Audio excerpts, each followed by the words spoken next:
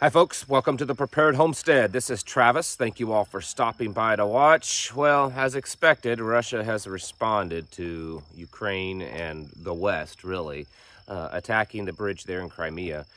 And it's just kind of exacerbating the whole grain deal thing. So yesterday was reports of parts of the Russian Navy, the Russian naval fleet, gathering in the waters outside of Odessa. And well, they let loose on Odessa and did some bombing. Odessa is the main city where all the grain actually goes through, that would go through the Black Sea.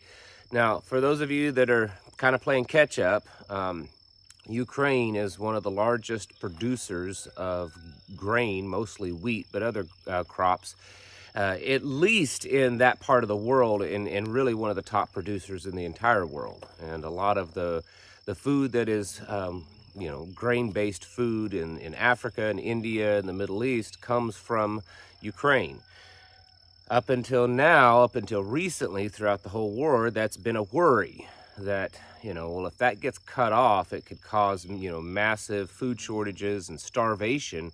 And so that there's been this grain deal, you've probably heard of it, a Black Sea grain deal between the United Nations, Russia, Turkey was involved, and then of course Ukraine, to allow for humanitarian reasons that grain to leave Ukraine. Well, the deal was supposed to be renegotiated, and then Ukraine struck Crimea's bridge there. And what's interesting, and I said this yesterday, they used Western weapons. Big surprise. It was a robotic drone sub missile type thing from Britain. And then there's believed to have been drones in the air, Western, American drones that were monitoring, I'm sure, gathering intelligence and directing things in the air. So that grain deal is off, and it's pretty much a certain thing that it's off because, well, now Russia has bombed the ports of Odessa. This has just been a kind of a back and forth thing. Escalation, yes, but not like over the top escalation. And I'm still of the thought that I think a lot of, I think this whole war is really it's all just playing us. I mean, it's got to be the weirdest war I've ever seen.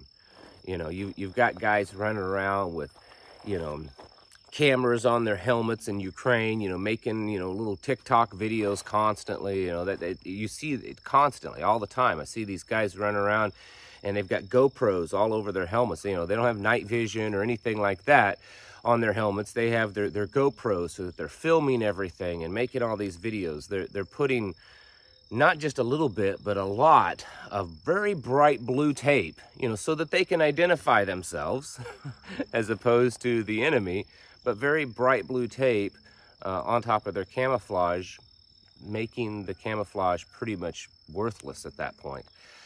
There's just been a lot of weird things going on, and I'm not saying that there isn't necessarily a war there. I think it's probably very different than what we are being told and what the videos are showing.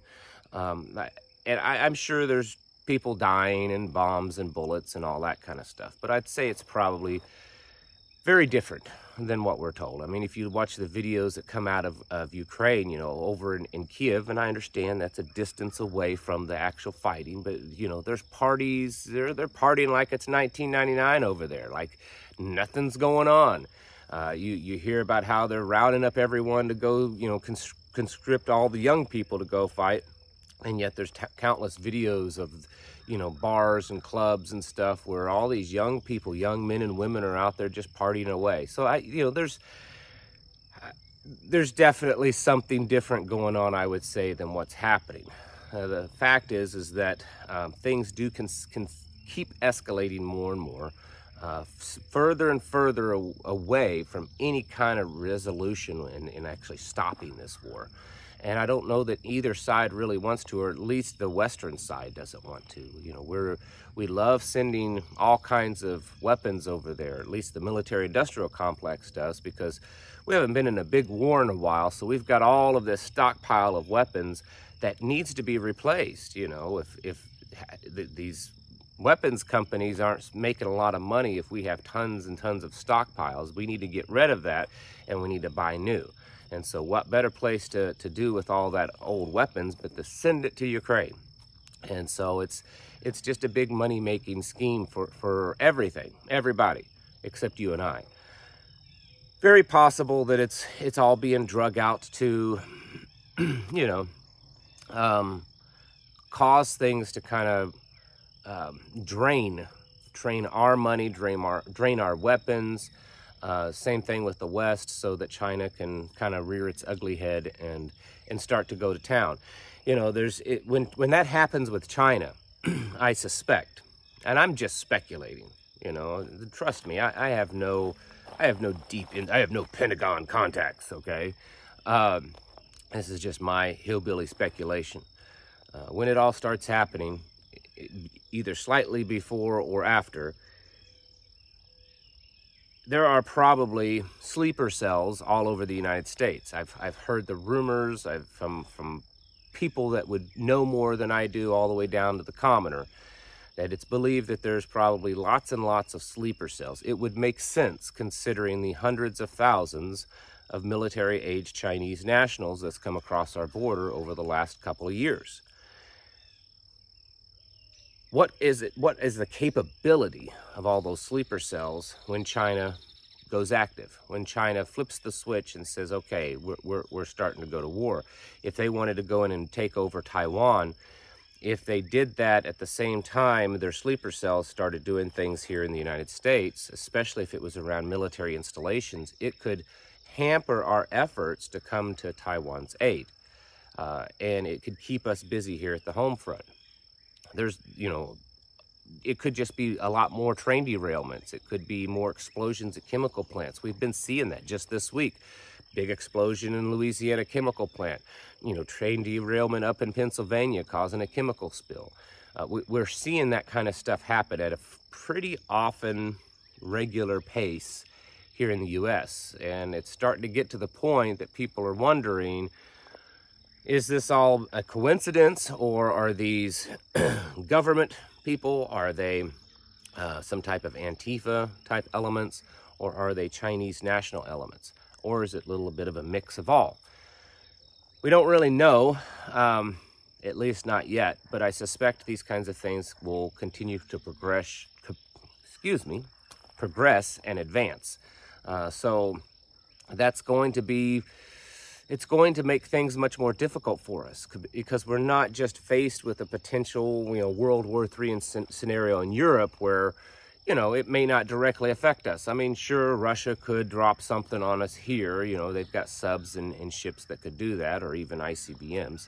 But I think China would be a much more direct threat to here on the homeland, because they've got so many troops already stationed in the United States. I know I said troops. Maybe they're not. Maybe that China has just got a soft spot and they're allowing all these people to come to America right at the time that they are openly saying that they're building their forces and rallying their troops and their people for a big war. It's weird, isn't it? I think that we probably have, and this is just a guess, please don't hold me to this. You know, if I'm wrong, I'm wrong, and I'll say so. This is just a guess, not a prediction. I would say by the start of winter is my guess, that we will be somehow more directly involved. I mean, will there be a full-on declaration? Will the media be calling it World War III? Maybe not. But I would be surprised if by the start of winter that we're not much further along than we are right now. I think that there's something will have probably happened by then. Could be wrong, but that's what I suspect. We need to start getting prepared for this. Not just the physical preparedness, that's important, but we also need to work on the mental preparedness and pushing ourselves to get, you know, more ready. I think a lot of times we get kind of in this lull. You know, I talked about it yesterday on my locals channel, and that's something that you folks should sign up for. There is a free side of it, and then there is a small paid side. It's $3 a month. I mean, it's not that big of a deal. You lose more than that in change in your couch every month. But it's where I put out my exclusive videos, articles, live streams with my wife, things like that. It's over at Locals. There's a link in the description below. Also, it's free speech platform, so I can say what I want. And you can communicate. It's kind of like a Facebook group also, so that you and the others in there can post things also and communicate. So it's kind of all lumped into one. The day that YouTube finally kicks me off, that's where you'll find me, over there on Locals. So you might as well go ahead and sign up. You can at least follow me over there. That's free to do. And if you want to become a paid member, you can do that if you choose to. But that's what I was talking about, how we need to be pushing ourselves. We need to be setting goals in our lives, pushing ourselves in all different manners, because I believe that we are at a very serious place right now. I think every person should be pushing themselves physically, getting themselves better in shape. I understand some of you are sitting there and like, I'm disabled, or I'm elderly, or all this kind of stuff. I get it. If you're bound to a wheelchair, you can at least sit there with soup cans every day and do this and get your, do some upper body. There are things you can do. Yes, do it relative to your age, your condition, and all that kind of stuff. But the point is that we're most likely going to have to become much more physical. Everything you do, you're going to have to be doing physical work to survive. Being outside, gardening, being out in the sun more, being out in the heat more, being cold more, whatever it is. So you need to start getting your body more capable of handling more physical labor. You need to be getting, rechecking your preps, setting goals, serious goals. If your goal has been to acquire 200 rounds of ammunition over the, past year, each month, I'm going to say, I'm going to buy at least 200 rounds of ammunition each month. Stretch that to 500 rounds. If your goal has been to buy a case of green beans every month, buy 2 or 3 cases now each month. Whatever it is, push yourself, because I think we're getting into that crunch time period where it's serious. I mean, we may still have a little window left to get ourselves ready. That window could be much longer, but I don't think it's too terribly long. And I'm not saying it's a narrow window till the apocalypse type stuff happens, but I think we have a narrow window left before things really start to escalate. And we here in the United States start actually feeling the repercussions of that.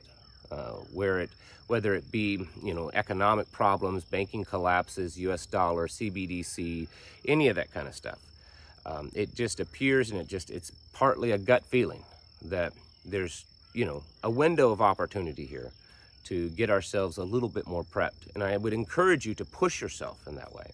Set goals. If you're part of a group, a mag, a team, a tribe, set goals in your tribe, individual and group goals, and kind of push yourself. And then once a month, sit down and reevaluate them.